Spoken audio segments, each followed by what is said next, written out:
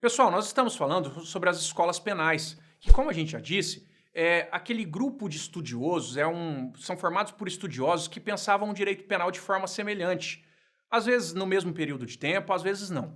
E aí, a próxima escola que se destaca é a escola positiva, pessoal. A escola positiva surgiu em meados do século XIX e tinha uma preocupação com a luta eficiente contra a crescente criminalidade. Houve um aumento da criminalidade à época e passou-se a ter uma preocupação de combater essa criminalidade de forma eficiente. Essa escola teve bastante influência dos estudos da biologia e dos estudos da sociologia da época. E a gente diz que o método é positivo, não houve uma influência lá do positivismo de Comte, nada disso. Ela se chamava escola positiva porque se valia do método positivo para o seu estudo. E aí, como um dos principais expoentes dessa escola, nós temos o Cesare Lombroso, que escreveu uma obra denominada O Homem Delinquente, em 1876, e que inaugurou a chamada fase antropológica da escola positiva, porque ele estudava efetivamente o homem e o homem criminoso, se valendo de um método experimental. Ele fazia experimentos científicos efetivamente no homem criminoso.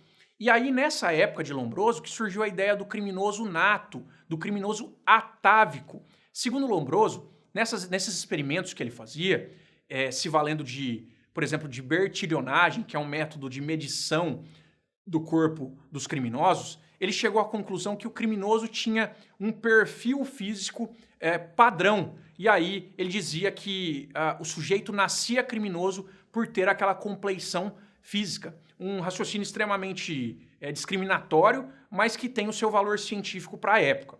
Nós ainda temos, como expoente da escola positiva, o Enrico Ferri, que escreveu a obra Sociologia Criminal em 1892 e inaugurou o que nós chamamos de fase sociológica da escola positiva. Para Enrico Ferro, não há que se falar em livre-arbítrio. O sujeito não escolhia ser criminoso.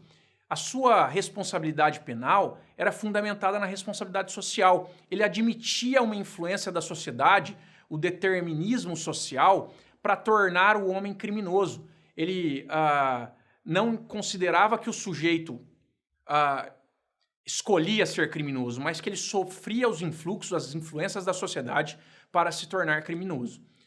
Além disso, pessoal, nós tivemos como expoente dessa época o Rafael Garófalo, que escreveu a obra Criminologia em 1885 e que inaugurou a fase jurídica desse movimento, dessa escola positiva.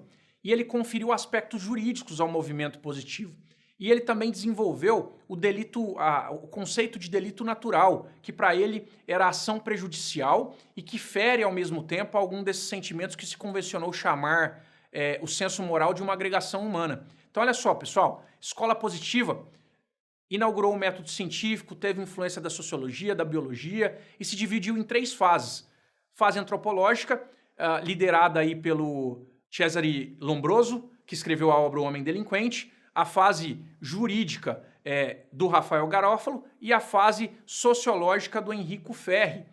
Esses são os 3 principais expoentes da escola positiva e que normalmente são cobrados nas avaliações. Beleza, pessoal? Obrigado, até a próxima, bons estudos.